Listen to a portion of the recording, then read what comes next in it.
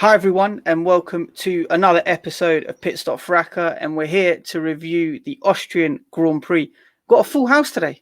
There's 6 of us here. We've got our 5 ever-present cast members, and we've got a special guest with us. We've got Steph joining us from All About Steph 1, who's also part of the F Series. Steph, how you keeping? How you doing? I'm doing good. I'm very, very excited to get into this today. Nice to hear. Yeah, you got some great stuff on YouTube, to be honest with you. I like your YouTube channel. It's got a bit of some edgier F1 content, as I like to describe it. I like No, it's good. It's good. I like the stuff that you've done, like the comparison between Formula 1, Formula E, your driver predictions, what makes a grade 1 F1 circuit. So yeah, some real good content there. I like it. But enough of that. Tell us quickly about your F1 story. Why are you into F1? Who's your favorite driver, track, team? All right. Well, I don't really have a story. I don't know. I got into Formula 1 basically because my dad watched Formula 1 and my parents were into Formula 1. They like met and bonded over Formula 1. So it's always been kind of like just ever present in my family and stuff. With regards to favorite driver, don't really have one. I don't like to call myself a glory hunter, but I do like to follow where the success goes. So, but I've always been into Lewis and Daniel Ricciardo. They are my top guys who I've always supported, and the highs and the lows. And I don't really have a favourite team. So, yeah. Yeah, boring. No. Sorry. No. That's nice to hear. It's funny how you mentioned you just follow, the favorite driver or whoever's winning. I think Richard took that on at the start of this year because all of a sudden he just became a Max Verstappen fan out of nowhere. Whoa. Hold on. Let's not do this. Don't cap on my mate. Let's not do this. I'm not a Max Verstappen fan. I just have an agenda against Charles Leclerc, aka the James Bond regen. So therefore, I like to use him as a prop to bash your boy. That's all it is. Richard, you remember what happened to Kunle when Kunle backed Bottas one time and now he's stuck with Bottas? You're stuck with Max now. You're stuck. It was after, when? It was after we'd done our young driver pod and you picked Max Verstappen straight away. And that's when we were like, okay, that's it. Richard's a Max Verstappen fan here. You've got the title now, Who else was I meant to pick? Who else was I meant to pick? You think I was picking your boy? That little Fugazi fraud. That Monegasque Maldonado. That little James Bond regen. You think I was going to pick him over Max? You're moving mad. Never picking him. See, there you go. 3 minutes in and already we're coming for the driver of the day. But I don't know why. We're coming for the driver of the day because he was voted driver of the day. But we don't know why he was voted driver of the day. Should have been his teammate, but hey ho, I digress. But yeah, the Styrian Grand Prix, Styrian. Yeah, you guys got onto me about that, by the way. It was the Austrian Grand Prix first, then the Styrian. So I thought it was the same one this year. Guys, man. But yeah, anyway, ahead of the race, we had a bit of action in FP1. We saw Bottas doing a bit of a pirouette in the pit lane. Richard, let me come to you on this. What was going on there? There was a lot of content, a lot of laughs, but I mean, it was a bit dangerous as well, considering you have, pit crew out there in the pit lane. But yeah, just talk us through what happened there. Yeah, so Mercedes wanted to try something different in terms of the pit stops. They wanted to try and see if they can help Bottas get a faster getaway.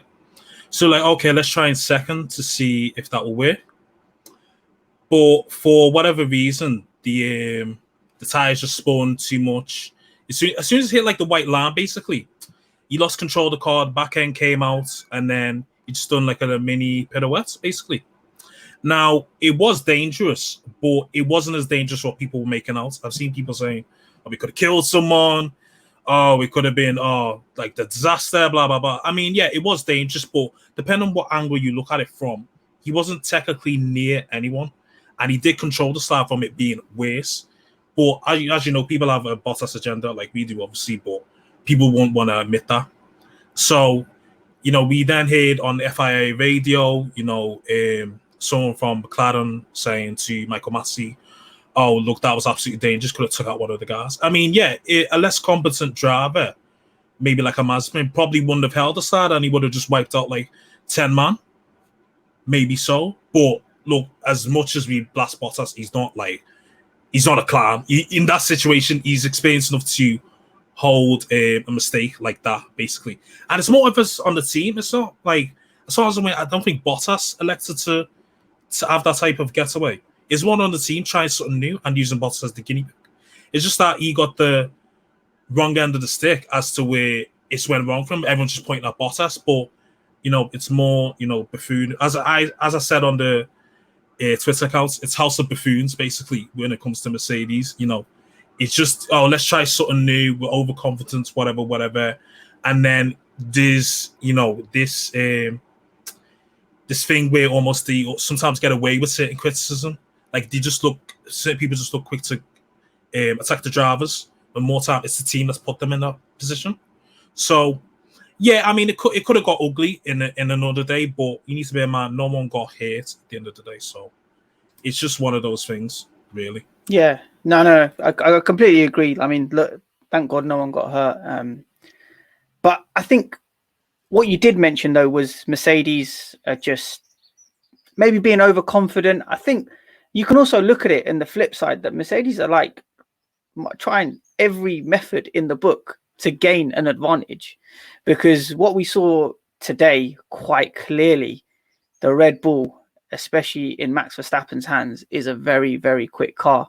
And I suppose going into the race itself, Max from the start really had it under control. It was, in all honesty, a dominant display. I think before Lewis made his final pit stop to attack the fastest lap, I think it was about 14 to 13 seconds clear of him. There was no real threat from Hamilton there.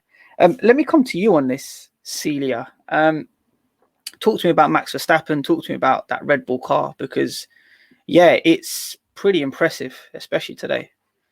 Do you know what? As much as it pains me to say, Max had a great drive from beginning to end.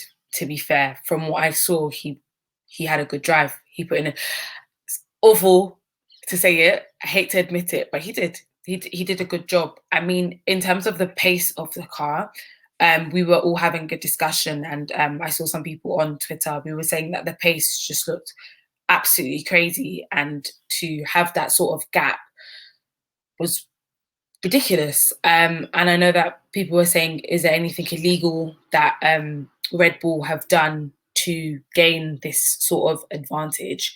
Because honestly, it was a lot. This race was, I think, probably the most glaring of them all. Even when you look back at previous races at that same track, you never see that sort of distance between the winner. Max even did something really cocky and like literally slowed right down at the end. And yeah, I can't lie. Yeah. If Lewis had done that, I don't know what sort of reaction that would have got, but that's not the point. That's not the point of today. But so yeah, however, when you hear, obviously Hamilton was saying that they've actually done no upgrades on the car since. We all know that the new regulation that came in affected low rate cars a lot more than high rate cars. Because even when we compare it to, when we look at Aston Martin, which last year was the pink Mercedes, last year they were actually in the midfield battle quite heavily, and they were a good contender. This year they're completely wiped out. So obviously we do know that the new regs have had an effect on low rate cars, and Mercedes have come out and said that they are focusing on 2022 and they're focusing on that car. So obviously, I guess what we're seeing is the gap getting bigger because Red Bull are throwing everything into this engine that they can right now. So they are making the improvements, and for all intents purposes, Mercedes are basically staying stationary, and so the Red Bull are getting faster, and Mercedes just look just look woeful. But Max in himself put in a very strong drive. Even Perez, even his start, I think he had the fastest start actually in this race, and he actually overtook Norris, and Norris did well and fought back. But in terms of pace, and the only reason why Bottas actually got ahead was because they had their pit stop. I don't know what happened for Red Bull's pit stop with Perez. I mean, they really need to relax because they're the best at it. And why is it always with my boy that they're trying to make mistakes? I'm not feeling it. Doesn't matter. Even if it has to happen, I don't care. They should fix it. But that's the only reason why Bottas got ahead. And even then, like during the whole race, Perez was still it seemed that it was quite difficult for cars to catch up to each other. However, Perez looked very strong and was taking all of the fastest laps until Lewis had to come in and take it. So obviously at the moment, Red Bull have the stronger, faster, better car. That's basically it. And there's no amount of driving that Lewis or anyone can do technically that will make up for it. Even while he was driving, Lewis was asking, okay, so how much are they gaining or how much are we losing on the straights? And they were like 2.5 tenths. Yeah. Like it's ridiculous how much the difference is at the moment. And I don't know if it's going to get any better because as Mercedes have come out and said, they're not going to do anything because they're looking forward to 2022. So Red Bull are probably risking it and going all in now. Yeah, I just want to pick up on one thing you said there, Celia. You said, like, you know, if Mercedes are not doing anything, then I think we kind of need to look at their pace as well, because just before the pod, we were looking at their times from last year to this year, and Bottas stuck it on pole last year with a 102.9, so 103. This year, Hamilton qualified 104, so they're like a second slower from last year to this year. Now, I don't know, is there like a regulation change or something that I'm missing here? Because it seems like as much as Red Bull are getting quicker, Mercedes quite clearly have got slower. Now, it's time Martin, to conspiracy. Martin, the way you came off mute there, I loved it. It was quicker than Mercedes, the way you came off mute. Tell us exactly your thoughts on this, or what do you think's going on here? I have thoughts on this. Might not be the most popular view, but I believe that maybe Toto received a strongly worded email, or maybe not even a strongly worded email, but maybe just a little something under the table just to say, slow it down. We know from what's come out this year about engineers that used to work at Mercedes. They said that Mercedes have been known to turn their engines down to make some races competitive. And they did it in 2014. They did it I think they did it in 2016 as well. And it's only expected that they might have done it again in 2021, going into a new racing season in 2022, new regs, trying to get in the new fans. Liberty Media have come in the past, 3 years they've been running it now?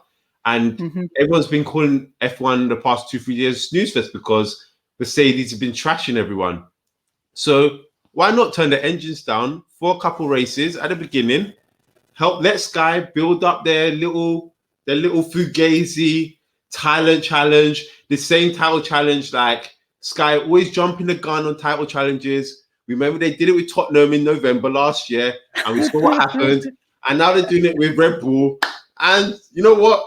Come Spa, when Toto says, listen, I'm not listening to you lot no more. I'm turning the engines back up.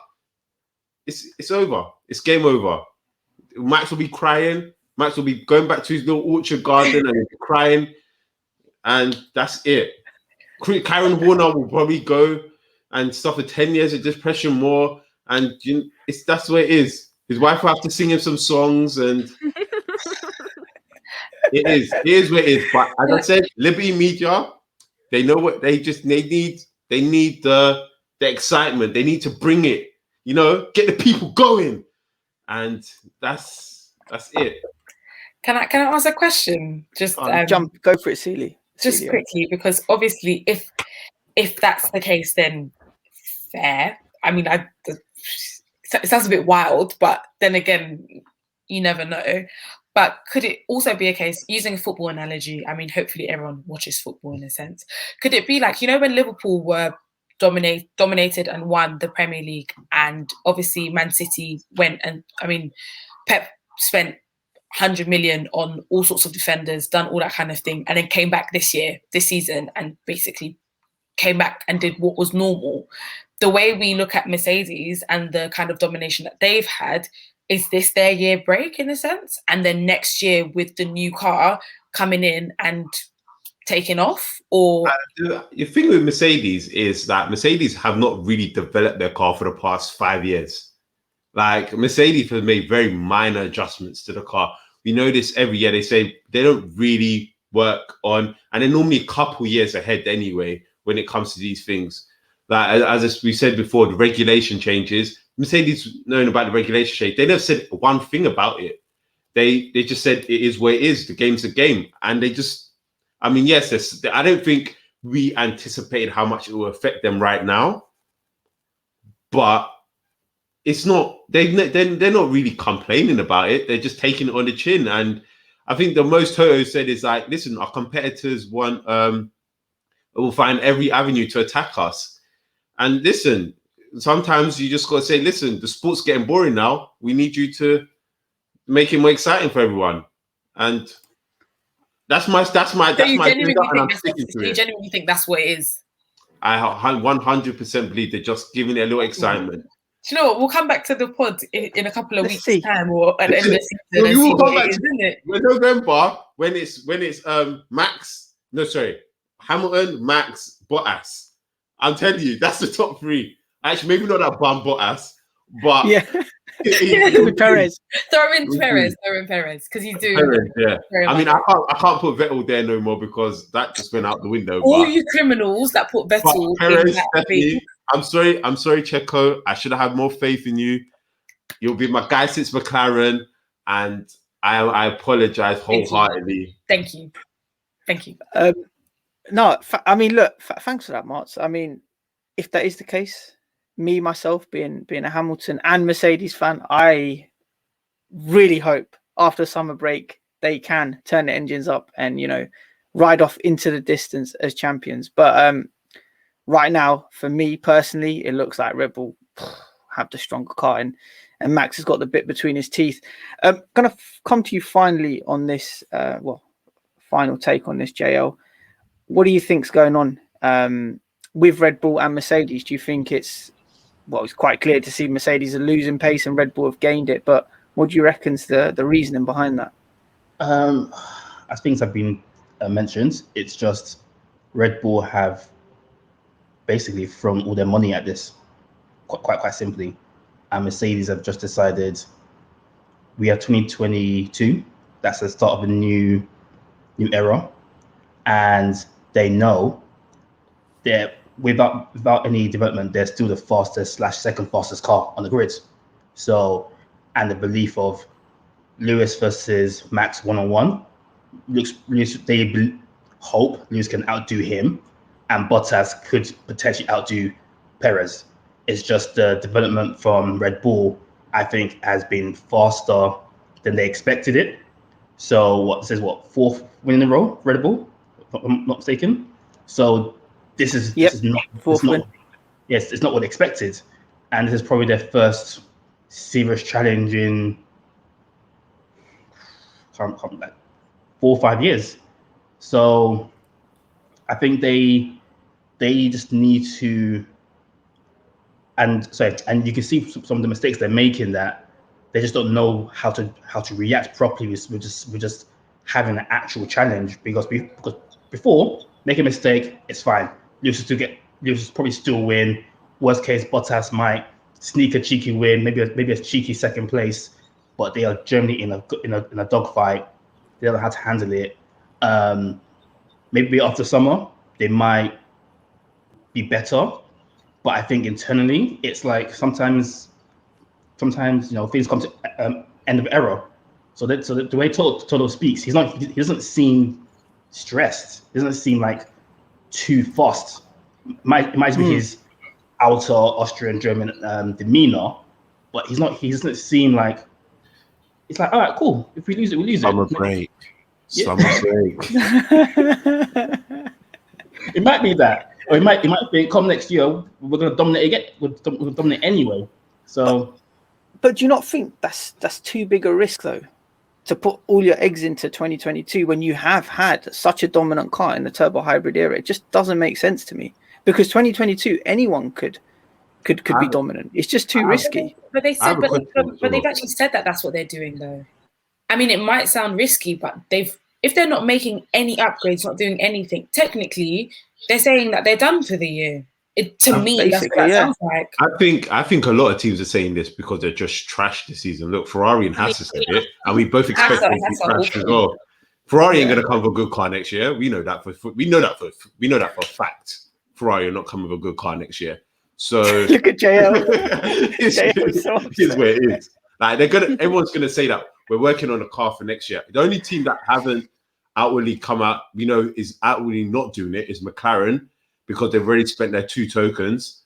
So they're not gonna have much, and they don't have much room for flexibility for development for 2022 anyway. So yeah, teams are just gonna come out and say that. Look, we're focused on 2022. No, you're not. You just take your L. I mean, Mercedes are defo focusing on 2022, and it's purely because if you look at Mercedes when we entered the hybrid era, like how Mercedes in 2010, 11, 12, and 13 was just like not good, and then they literally put all their eggs in the basket. They focused on the new regulations. They were miles ahead of everyone else, and that's why we didn't get a Mercedes challenge until like Ferrari in 2017, because everyone was playing catch up because nobody paid attention to the regulations when they changed. And I think that's where Mercedes is really smart. So even if they do have to take the L this year and lose, if that then means that they're going to win 3 championships in a row now because nobody else is going to be able to compare to them come 2022, then I would take that risk. Maybe they should actually apply that strategy to their races then. So what they did do in the race was, so we touched on it earlier, Perez had a bit of a slow stop, which allowed, obviously, Valtteri Bottas to capitalize straight away, because they didn't try and have like a coconut head. They didn't want to be too clever. They didn't want to play the long game. Perez had a bad pit stop. They brought Bottas in straight away. And I think they managed to perform, the overcut. Let me come to you on this, Richard. Bottas, how did you assess his performance this weekend, considering what happened in FP1? He had a 3-place grid penalty. He started 5th. He brought it home in 3rd.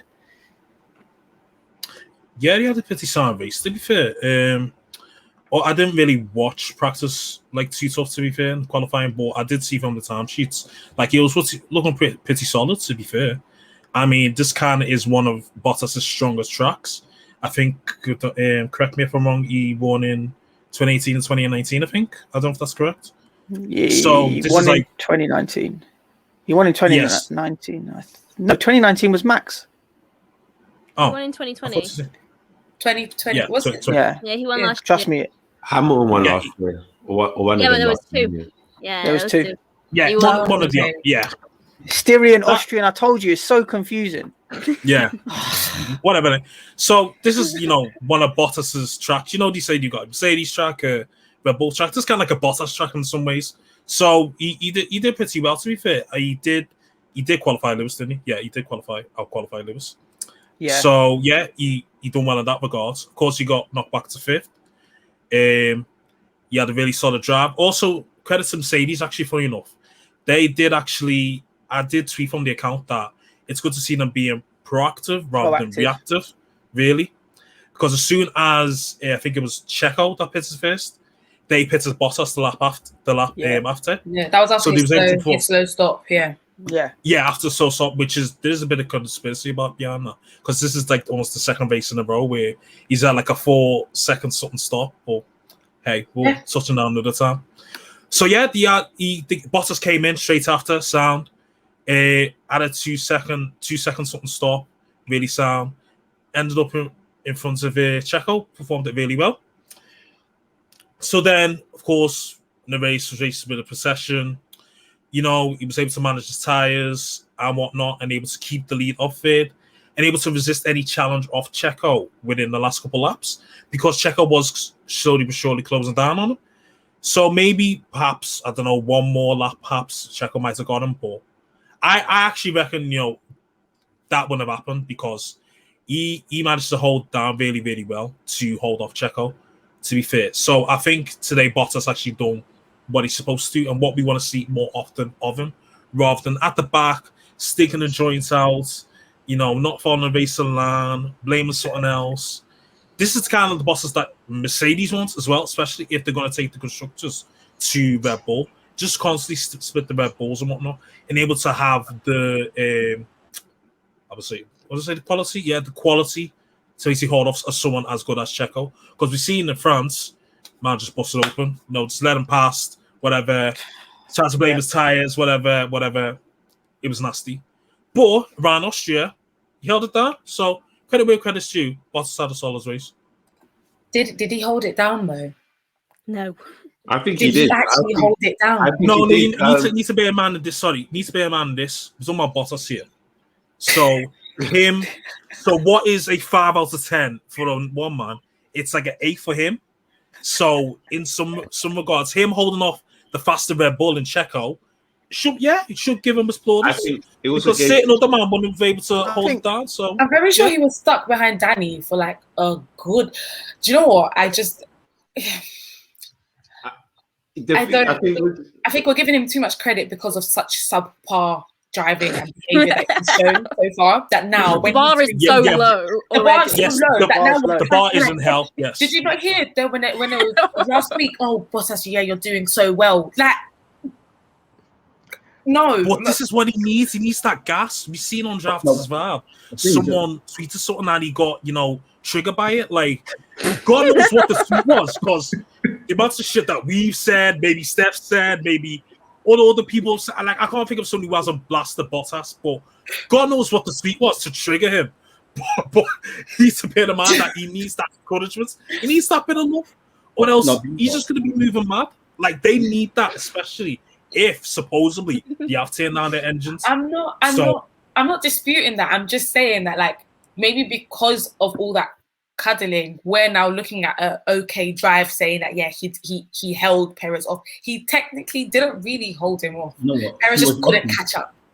Yeah, because in the post race, basically, yeah. He said, had there been one more lap, Perez would have got him. He said the tires were finished, done. So he locked out by there being 71 and not 72 laps.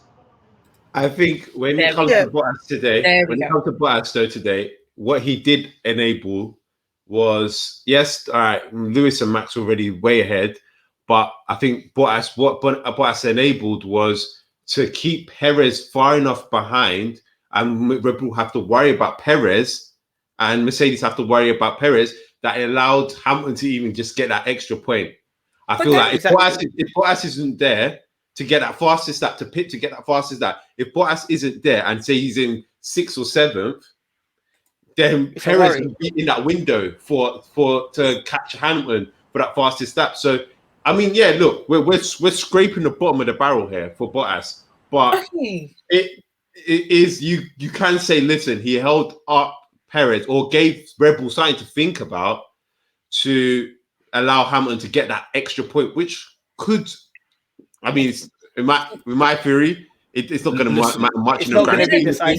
He didn't hold up Perez. That's all I'm going to say, and I'm not. Okay, let me be weird. He didn't hold him up, but he didn't allow him to get near enough to pass him. Basically, he was in the picture. In it, it's not that he held him up. He's in the picture. So. Okay. For once, listen, Mercedes in the mud. We need to give all the praise that we can to him. We'll give it to Kunle. If Bottas is watching this, we need to give him all the morale that we can, because at least Mercedes is going to win the constructors. Do you know what I mean? At the bare minimum. Okay, Bottas did a good job. I give it Kunle. I'm shouting out your boy. It's okay. Stop the going up. Kunle, wherever you are, when you do watch this, I hope you're appreciating the Bottas praise that we're giving him, even though you are complaining in the group chat right now about your internet connection. So hopefully in some way you can see the praise we're giving Bottas. One driver though, who suffered probably the ultimate heartbreak today was George Russell. 8,000ths of a second he qualified. Well, he missed out on Q3 by. And he was running really well. I think he was running 8th in the race before he had to eventually retire with a power unit failure. Let me come to you first on this, Steph. How did you feel seeing that unfold for Russell during the race? Don't think you should have come to me first. Might start crying.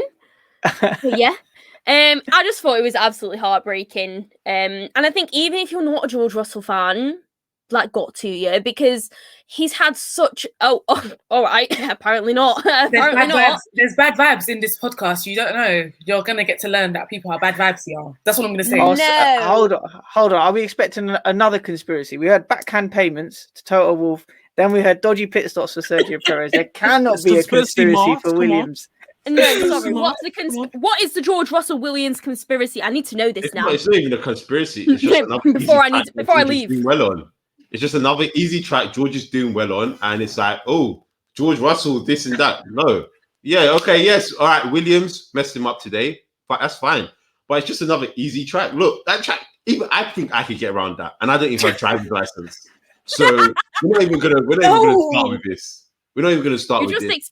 You just expose yourself. I don't care. Over anything else, you expose yourself. I don't care. Like, listen, it's another easy track. Austria, Bahrain, Monaco. Not Monaco. Sorry, I can't remember that one. He did it right. Sakir. Huh? Sakir Outer Ring. Yeah, that's it. These are easy tracks, man. Just driving in a circle, 10 turns. He's driving in one of the worst cars on the grid. Like, give the man a bit of props for dragging that piece of absolute trash up into Q2. If Bottas was in that Williams right now, you can best believe it would have been sat there in P18, probably in front of the Hasses, and that's it. So, George Russell, good job, bro. I'm sad for you that Williams ruined life. Another easy track for him to tick off his list. That's it. Do it at a proper track. Do it at a proper race track. Though, I don't think the car can perform at a proper track, honestly speaking.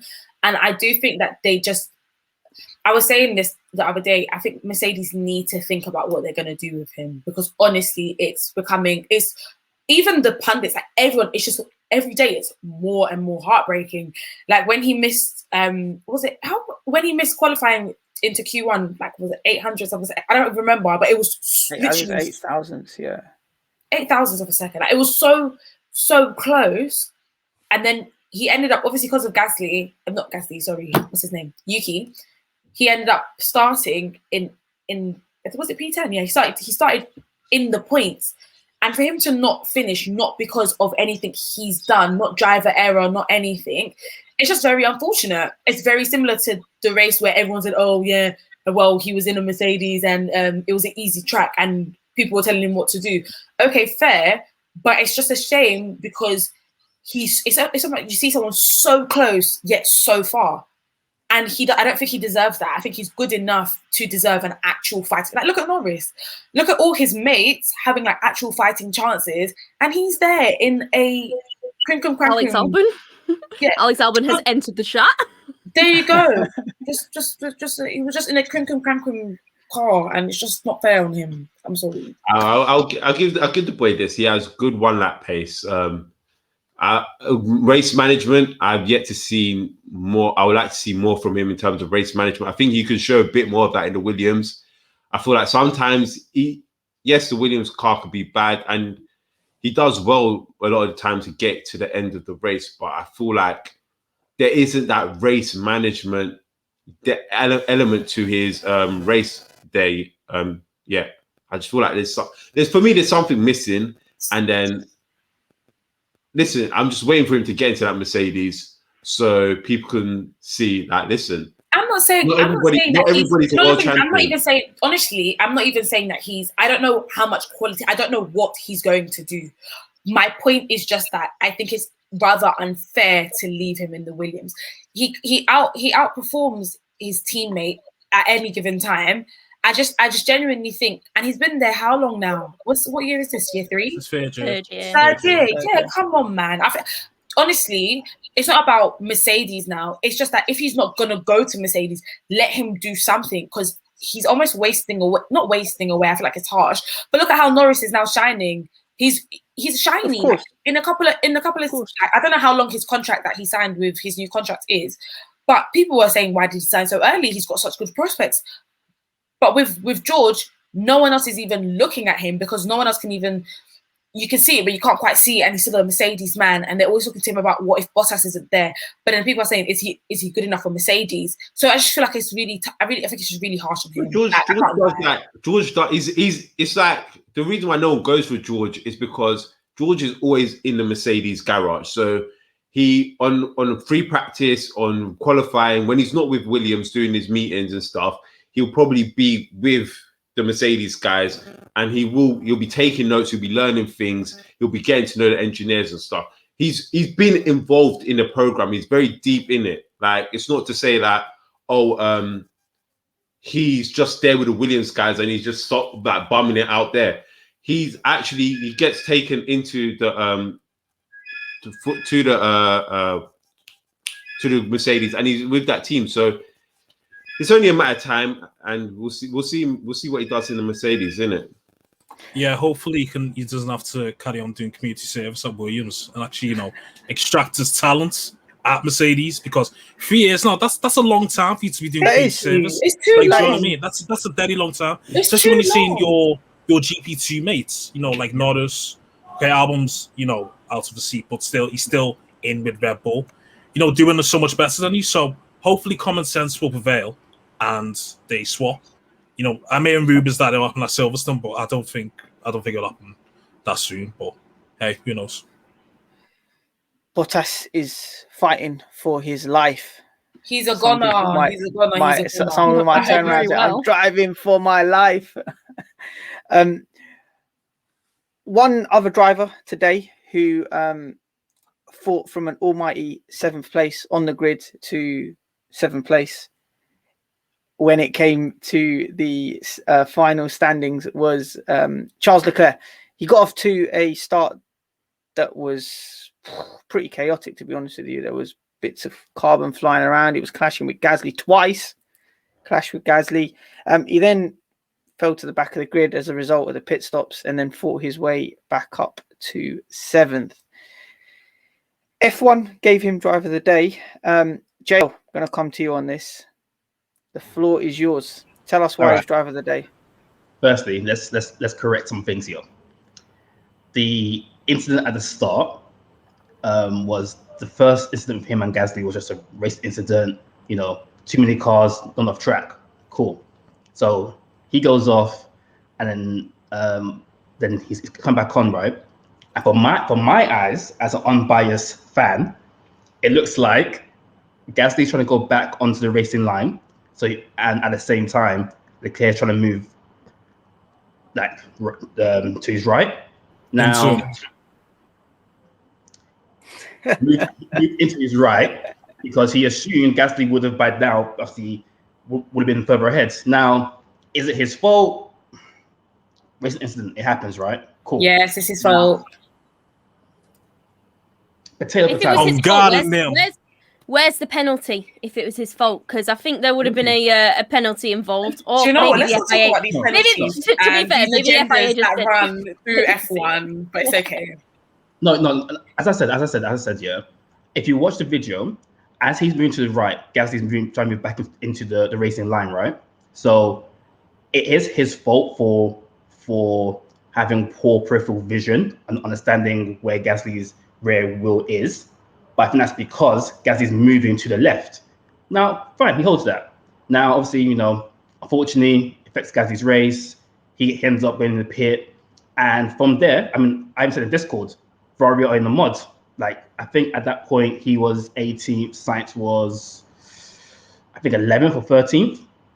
So to come back from basically lost to yes, Richard, before you he came back, went back to where he started, fair. But for where he was quintessentially, he was, outside Max, probably the best driver on that grid that day after lap 1. Look around and sorry, who else did more overtakes? Who else? Let's not talk about where he started versus where he finished, from where he was at one point to where he ended up, he was quintessentially the driver of the day. So it doesn't matter if the reason why you got to the back was your fault. You still have to, as a driver in Formula One, like shake that off and get back to what's expected of you. And he did. Because if this way, had he not got back to 7th and he was like 11th, 12th, right now he'd be what? Donkey of the day, would he not? So Probably. to me, who else bar Charles Leclerc, who went from 18th back to 7th, whatever you want to call it, had a better drive than him, bar Max, who we said from first corner he was clear. So if you're watching on YouTube, you would have seen the amount of reactions that Richard is doing. He's been tilting his head, he's been checking around, he's been covering his eyes. Richard, come off mute, bro. Tell us why he wasn't driver of the day and who you would have given driver of the day to. I'm sick to death of that absolute terrorist, the Monegasque Saddam Hussein, getting all this praise for what? Going from 7th to 7th. That's all he did. He went from 7th to 7th. That's all he did. I expect him, yes, to go through the field. Missing context. So, context of you taking a man out and then having to correct your own mistake. It'll just go from 7th to 7th. Yes, that's the all right. So let's talk about the first call. Let's talk about the first incident, okay? So there you go. So you have a lot. So you have Spanish Ayardo, whatever, Alonso. You've got Gasly and you've got Leclerc. All going into turn 1. Okay, cool. Gasly sandwiched in. Cool. There's no way he can go. So yeah, there's a racing incident where Gasly and Leclerc touch each other. Cool. I won't put too much blame on the Monegasque lad, but whatever. So then, as they get back onto the track, as Gasly's moving towards the left, for some reason, Leclerc starts to not back off and move towards the right and take out and give him Gasly a puncher. Unprovoked, absolutely unprovoked, give him a puncher and ruin his race. Sorry, you're asking the Formula One driver in turn 1 or 2 to back off. Who does that? No. The turn was already made. I'm talking about the second incident. Second. So he's trying to get back onto basically. No. I've already said that instance. That's a racing incident in your ass. So I'm not getting on some for there, even though I'd like to. I'm saying for the second one, unprovoked, where he's punctured Gasly for no reason, because the spatial awareness is absolutely trash, and he always has to cause incidents and crash into. We've seen it last year with Vettel. We've seen it and other times. Didn't he have to apologize to Perez? Didn't he go and apologize to Perez? And then wasn't that the race that Perez went on to win? Was that not him? Yeah. It was. But let's keep it on this season. Yeah, let's keep it on this season now, because a couple of people are getting a bit emotional. No, Anik and JLT included. So let's keep it on this season, yeah. So we see it later on in the race as the Leclerc's cutting through the field, dive bombing everywhere. That's especially the dive bomb. I think he causes damage to Raikkonen's front wing as well, the front end plate as well. And he was ahead. Now Raikkonen says RIP, whatever. No, Anik, I'm speaking. I don't want to hear it. So, Leclerc's ahead, whatever, and then Raikkonen's behind him. And for whatever reason, Leclerc, I think, sort of lean towards the right a bit. It's causing damage on Raikkonen's front end plates. Why is that? Man is behind you. What are you playing on? And next thing you know, he gets a little Fugazi 7th, going from 7th to 7th. Gets this Fugazi driver of the day. Listen, I'm sick to death of that youth. I'm sick to death of him. I'm sick to death of the praise. I'm sick to death of the fan base. I'm sick to death of him being a dangerous driver. I'm not getting any penalties or even blasted by the F1 community. It's a joke. It's an absolute joke. The guy is a joke. He's not better than Max. He'll never be better than Max. It's pretty privileged. There you go. Those white privilege. That's what it is. It's white privilege. It's Ferrari privilege. Ferrari privilege. It's Yeah, Ferrari privilege. so Go on, we get Jay, I'll that. swear for you, boy. Go on. No, we get that. We get that. Now, with Raikkonen incident, yeah, he got his elbows out, and I will admit, even as a fan, his spatial awareness is Questionable. It's trash. No, call it out. It's trash. Don't sugarcoat it. It's trash. all right. There's hella tapes. It's trash. Don't sugarcoat it. All right. It's trash. It's not the best. It's not the best in the world, right? However, I will say this is what his third season of Formula One or fourth. I think it's third or fourth. So third. So Fourth. Yeah, fourth. So I think. I just think okay. No drivers a few drivers are absolute, the pinnacle of pinnacle, right? And some have things to work on. The reason I'm a fan of him because I believe, bar that one thing that he can work on, I think he's a talented driver. I do agree that the love thing he gets from the broader community is a bit insane. I wouldn't. Do I say I'm still questionable? Is Max better than him? Because I think Ferrari's a terrible car. And we've seen Max for 7 seasons now, so he has that body of work for you to say. It's like watching Leicester. You seen Leicester in the Championship, so you knew they were crap. Now they're up there, so that's that body of work. Whereas now Leclerc's like he's that new shiny toy. You still don't know. So I will defend him as far as I can. I do admit the loving is sick. However, that's heritage, isn't it? You're part of it though, so aren't you being a hypocrite? No. I'll call him out. Name a time. Give us seats. When it happens, isn't it? When it happens. Cool. It's not happened yet. It's not happened yet. You're part of the problem. That's what you are, Jay. You're part of the problem. You're twitting for that absolute bomb, and you'll say, "Oh, call him out." You're not going to call him out. You didn't call him out today. You was twitting, say, "Oh, it's Gassie's fault." No. I digress. When he takes someone out, proper, and there's a bad accident, you better talk up. I'll be on to you. I swear to God, I'll be on to you. I'm on to you as well, Anik. I'll be on to you as well. I'll be on to all you little Leclerc have, Bay have, Twigaholics. I'll be on to all these. Trust me. I'll be on to you, all these. Steph, let me come to you. What's your thoughts on Leclerc? Oh, right. Do you know what? I like Leclerc. I like him as a driver. I do. I like him. I do. I'm a fan. I do think today was questionable. I don't know. I just think there's something really likable by him. I also think he's got incredible one-lap pace. Like, he is up there. He's better than Max in terms of qualifying. Give him the right car, like, he will do it on a Saturday. He's, like, better than George. I think he's maybe not better than Lewis, because Lewis is, Mr. qualifying. But, like, I just think Leclerc is great. And once he has a car that's, not illegal and that can compete Talk about it. Oh, because they tried to call it clever.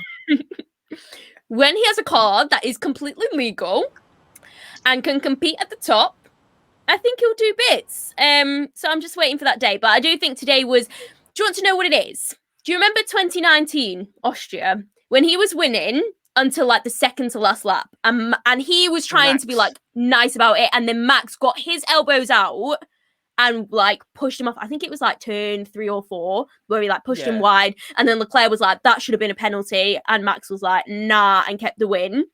I feel like ever since then Leclerc has had his elbows out. He doesn't care. Do you know what? If Max isn't going to get a penalty for that, why should I, be respectful of, Pierre Gasly's wheel? That's the word. Why should I give him the space? You know what I mean? I just feel like he's a bit more aggressive now.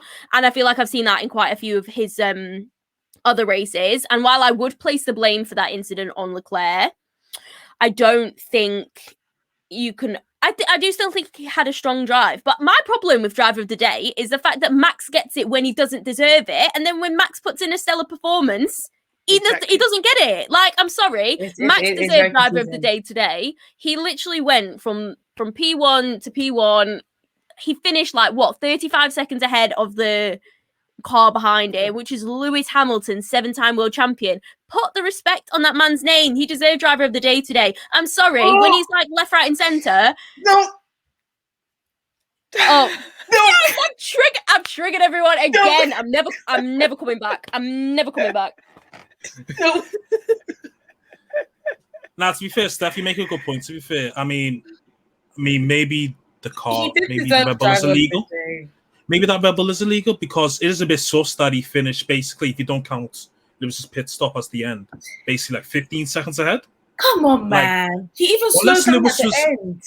Unless Lewis was preserving tires or Like, something that was like a bit that. cocky. To be Yeah. fair, Yeah, that was a bit Nah, different. that I was a bit respect it. I cocky can't lie. I right at the respect end. it. I can't What lie. you respect That was Max for gangster. doing that? It Do was you know what, gangster. I yeah? can't lie. I can't lie. I Do you know can't what hate. it is? I want to, but I can't. That's dangerous, by the way. If Lewis That's done it, I dangerous. like it. If That's Lewis done it, I dangerous. like it. dangerous. But if Lewis It's did it, he wouldn't dangerous. get He away could have with it. spun into the pit wall and Correct. caused an Yes. accident. If Lewis did it, my issue I've isn't got my eye that on he you, did it, Richard. in all honesty. My issue is just the unfair the fact that not all drivers would do that and get away with it. Max could do it and did it and would get away with it on a normal day to day.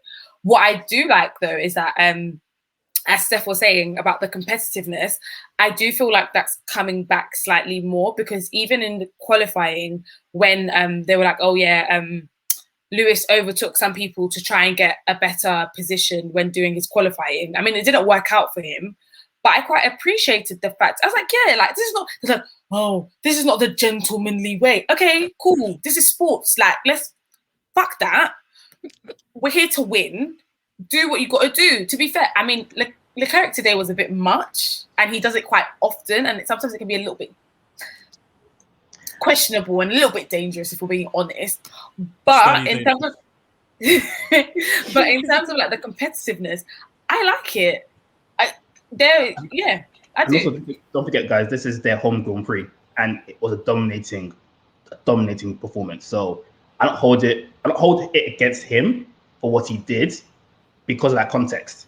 If he did it in Monza, Singapore, you'd be like, but it literally is their home Grand Prix. And so, yeah, I don't blame him. It's a drawing, but I don't blame him. Summer break. We'll see. Do you think Hamilton's doing that at Silverstone if he wins it by 40 seconds? You know what? This is another theory I have. Sorry, I just have to say this. Ooh. I've been disappointed in Hamilton. I was very disappointed in Hamilton today because why was he so far back? And you know what? There's something I've seen in Hamilton over the past 5 races that I've never seen since 2007. Sheer desperation. Like, I've never seen Hamilton so desperate. And I don't think it's because of the title challenge, because we know what the title challenge is. I think he has a story. He's a man of stories, and he wants the story to be perfect for him. How many race wins is he on at the moment? 98. 98. I remember I said it on a pod a couple of weeks ago. 100 at Silverstone. That's what he wanted. That's what he wants. And he's been desperate to get that 99 win. Because you see, for me, I think he would have given Max the win at Austria and Styria and France had he got it in Baku.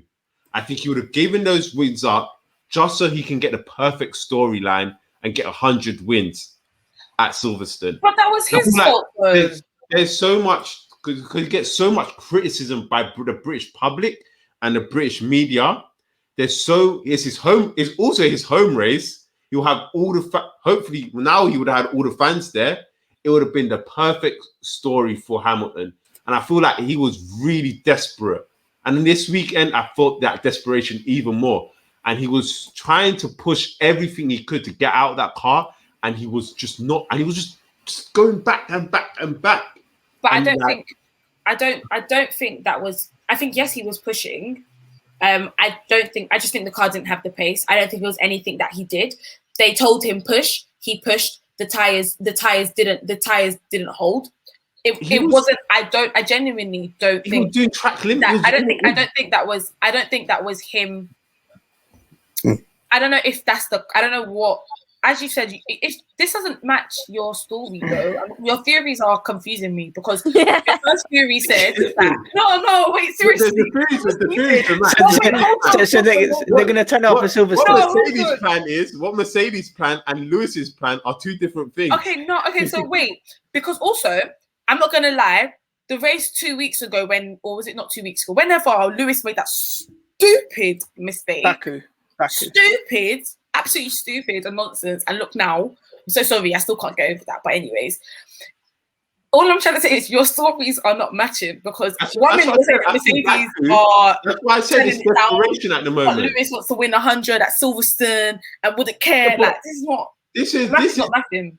The math is mathing because what Lewis's plan is and Toto's plan are two different things. They don't. The two can exist in the same balance. Okay. No, but that will be Mercedes' downfall. Like Mercedes have always been those people that have always been on the same page. Engineers, drivers, Toto, every single person on that team. And at the moment, in all honesty, it looks like Mercedes are just out of sync.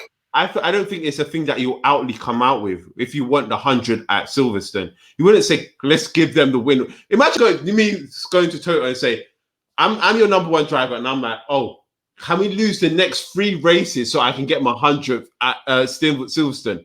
You're not going to come out with that as a driver, as an employee.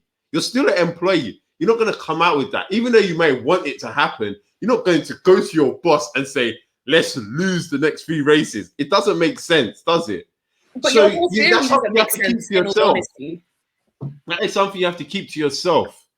And I feel like he actually wants that 100 at Silverstone. And he knows... Lewis knows he can catch up. So he's like, yes, I could give them the 2 Austrians and Ricard if I won at Baku. Those 3 races, you can say, I'll give it to you because I know I will catch you up because we know the Mercedes strong tracks are still yet to come as well. They still got a few tracks where they're really strong at, where they will dominate Red Bull. But at the moment, it's just not working out. He has to win next week and the week after that, and then in Silverstone. I feel this is why I see the desperation is coming from Lewis. It's reeking of desperation right now, rather than actual more for the title. I feel like for the title, he's calm about that. Toto's calm about that. Everyone's calm. I'm not calm about it. I'll be honest with you. I'm not calm about it. Yeah. I'm worried. I'm worried. I'm not worried. I'm not worried at all yet.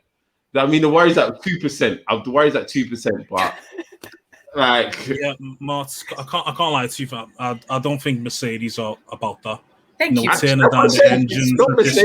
It's not making sense. No. Whoever it is, whether it's Lewis, in his head, theoretically, Lewis would love to get 100 win at Silverstone, of course. But do you think he's purposefully staying on 98 up until now to maybe get 99 next week and then? And he's a competitor. I think he wanted 99 by now. He wanted 99 by now. I think he would have left these 3. I'm not saying he would have left it. How can you? To be honest, I just can't understand. Honestly, I don't think he would have put maximum effort. Let's put it this way. I don't think he would have put maximum effort the way he is at the moment to win these races he is now, the way he's trying to now, because I feel like he wants that 100 at Silverstone. Mark can't lie. No, it's. I think we're gonna have to agree to disagree. You need to bear in mind. It doesn't sound right. You need to bear in mind that Lewis is in the title race. You think he's gonna give up? You know, it's not a title race. It's not a title race when it's 8 races in, mate. It's 8 races in. It's not a title race. There's still 15 to go. I'm worried. Yes, you're right. And I'm not the one saying that this is over. I'm not saying it's over, then. But I'm also not saying that Mercedes are tailing off or Lewis is tailing off to try and, map out to, try and get 100 for Silverstone. He wants to get number 8. That is the sole objective. It doesn't matter whether it comes at Abu Dhabi or in Brazil or wherever. He wants to get number 8. Him getting 100 win of Silverstone, it would be great. But he'd rather get it sooner rather than later in the grand scheme of things. I told you, Mercedes still have a few strong tracks left. They to go, okay? So they still got a few tracks left to go where they're really strong at, where they could dominate. He can get race number at round 10, if you could be within, 20 points of Verstappen, even if you get your 100, what he's doing now, he's within 30-something points of Verstappen at the moment. I think it's 17. It's 18 points at the moment. Oh, it's 18 points. Even better. Look, it's simple to catch up. It's easy to catch up. It's not going to be a thing for him. If you're telling me the points are going to be under 20 by round 10, and you say, okay, I can leave it to round 10, get my 100 wins, and then you know what? After that, that's it. Number 8 is coming home. Okay. Mark, do you believe the earth is flat? Mark. Do you believe the earth is flat? No, I don't. I've been on an airplane, so I know it's not flat. Listen, Mutt, I respect the optimism. For my personal view, I really hope he does bring home number 8. But for me right now, it's looking a bit sticky. Listen, when he does it, I'm dropping the comp. Yeah, I've got the comp ready. The comp is coming. I'll be here for it. I'm here I'm going to find Mahad and Richard as well. And I'm going to make sure I let them know. But final thoughts on the Mazepin Award, Steph. So we do this every week. Every race week. Basically our stinker of the weekend, our donkey of the day, one who didn't perform. There's a few mentions out there: Latifi, Ricardo. Who's yours? I'm going with Esteban Ocon because he had a bad weekend, and it's ever since he's announced this new 3-year deal with Alpine, he's been in the mud. Ooh. He's been in the mud, and you can't even deny it. At least Ricardo managed to make up a few places before losing them again. Ocon did absolutely nothing. Couldn't even get out of Q1. Now that's embarrassing. If you can't get out of Q1... the gap between him and Alonso in qualifying was too much. Quite big. Way too big. But yeah. Sorry, continue, Steph, what you were saying. That's what I was going to say. I just think he was just absolutely nowhere. He wasn't putting the moves on anyone. I can't believe that he finished behind both of the Alphas, other drivers. Just not a good weekend for Esteban Ocon. Yeah, definitely. Yeah, I mean, for me, it was for me it was Ricardo. I think when you compare, I think he had a bit of an issue and he lost four places even though he made them up. But if you compare what he's doing to what Norris is doing, it's literally night and day. And I would expect him, especially at the start of the year, I would have thought he was, the number one driver there, the senior driver, the driver that Norris can learn a lot from. It's completely the other way around now. Like, I think Norris is doing fantastically well in that car. And look, let's hopefully, like in the last race, he came 6th. So I thought, look, we can see a bit of momentum here, but obviously it hasn't materialized that way for Danny Rick. Final thoughts on the Mazepin Award or Mazepin Award or Donkey of the Day, whatever it is. JL, who's it going to go to? I can't even remember Ocon at all in the entire race. Like I just can't remember him. So I have to give it to him. Because at least Ricardo, he had some issues, so I can kind of give him a blind. Ocon was, if you told me he came, I couldn't tell where he finished. So that's enough for me. Where did he finish? Shout out Latifi. 15. Okay. Shout out Latifi for finishing like 30 seconds behind the Haas, though. I don't want to hear any Nicki slander. Nicki is a nice boy. Nicki? Who is Nicki? Nicki. No one knows He's been given a nickname.